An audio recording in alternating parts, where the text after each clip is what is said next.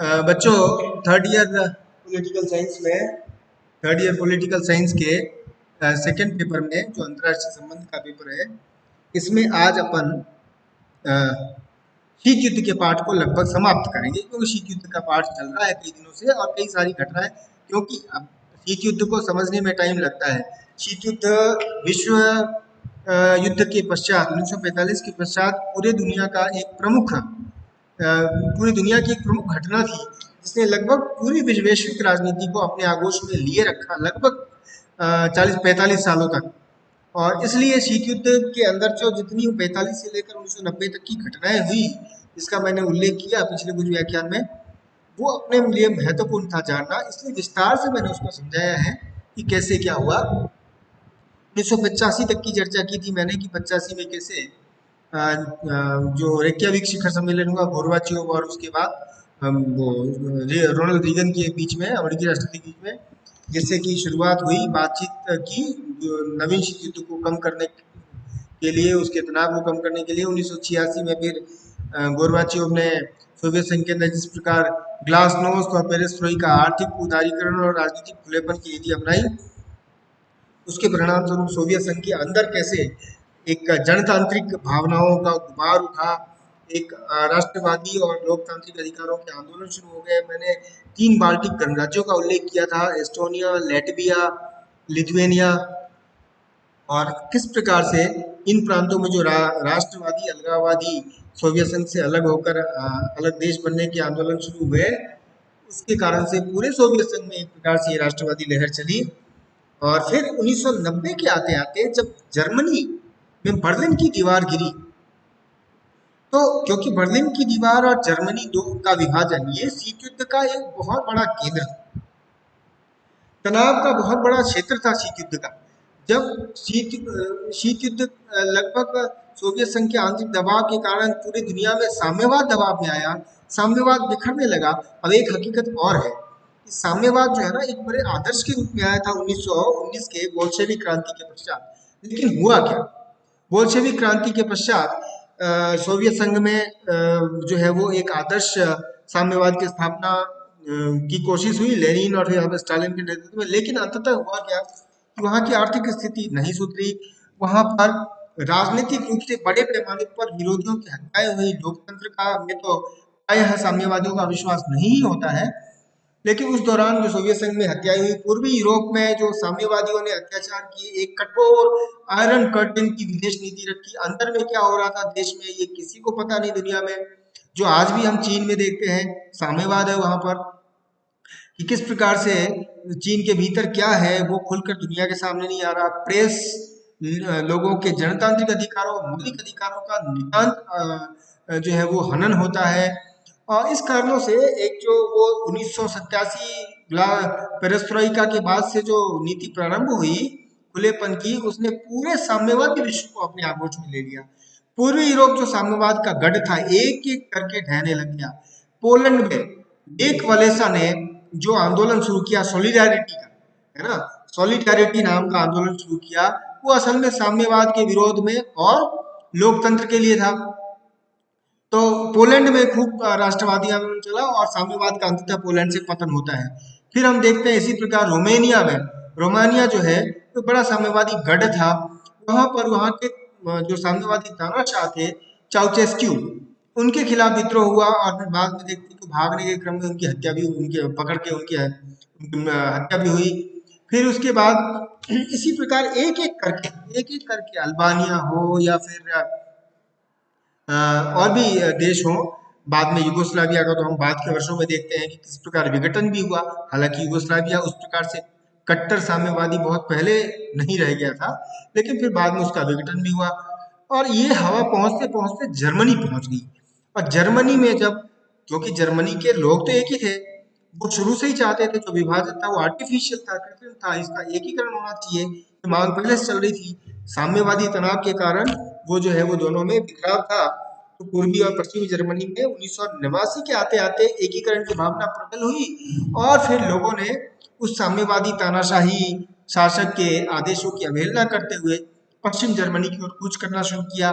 Berlin की दीवार ढह गई 1990 में और जर्मनी का एकीकरण हो गया। साम्यवाद का तो अंत हुआ ही, साथ में शीत युद्ध के अंत का भी आरंभ हो गया। ये तय बात है। और उसके बाद जर्मनी का एकीकरण हो जाने के बाद अब सोवियत संघ जो है लगभग अपने अंदरूनी, क्योंकि सोवियत संघ अब उस स्थिति में नहीं था कि वो यूरोप में अपने साम्यवादी सहयोगियों को हेल्प कर सके, वो उनकी मदद कर सके। सोवियत संघ खुद अंदर से जूझ रहा था संघर्षों से। सोवियत संघ के अंदर ही राष्ट्रवादी आंदोलन चल रहे थे, पनप रहे थे, और विद्रोह चल रहा था। आर्थिक स्थिति ठीक नहीं थी। जिस प्रकार से दुनिया को लंबे समय तक साम्यवादी सोवियत संघ ने ये दिखाया कि वहां पर आर्थिक स्थिति बहुत ही सुनहरी है, जब वो जो लोकतांत्रिक आंदोलन के कारण न्यूज और समाचार आने लग गए, जो उनकी छवि आई वो भुखमरी की और बेरोजगारी की और कृषि के पतन की, ये कुल मिलाकर ये चित्र आने लग गए। तो उसकी वजह से सोवियत संघ खुद ही जूझ रहा था, वो उनको हेल्प करने की स्थिति में नहीं था पूर्वी यूरोप को। इसी कारण से धीरे धीरे देखते हैं हम कि उसकी सोवियत संघ की पकड़ अपने गणराज्यों पर भी कमजोर पड़ने लगती। एस्टोनिया, बाल्टिक, उन 3 बाल्टिक प्रांतों ने स्वतंत्रता की घोषणा कर दी 91 में। फिर उसके बाद धीरे धीरे धीरे 92 के आते आते सोवियत संघ, जो कभी एक विशाल देश हुआ करता था, एक बहुत बड़ी महाशक्ति थी, सोवियत संघ महाशक्ति था, वो बिखर कर टूट कर 13 उसके प्रांत या गणराज्य अलग अलग संप्रभु देश के रूप में विभाजित हो गए, विखंडित हो गए। सोवियत संघ विखंडित हो गया सोवियत संघ के उत्तराधिकार के रूप में। और उस समय मजे की बात यह है कि उस समय सोवियत संघ में जो सबसे बड़ा गणराज्य था रूस, रशियन फेडरेशन, उसके नेता थे बोरिस येल्सिन। और उन्होंने, बोरिस येल्सिन ने खुलकर साम्यवादी सोवियत संघ का विरोध करना शुरू कर दिया रूस के अंदर ही।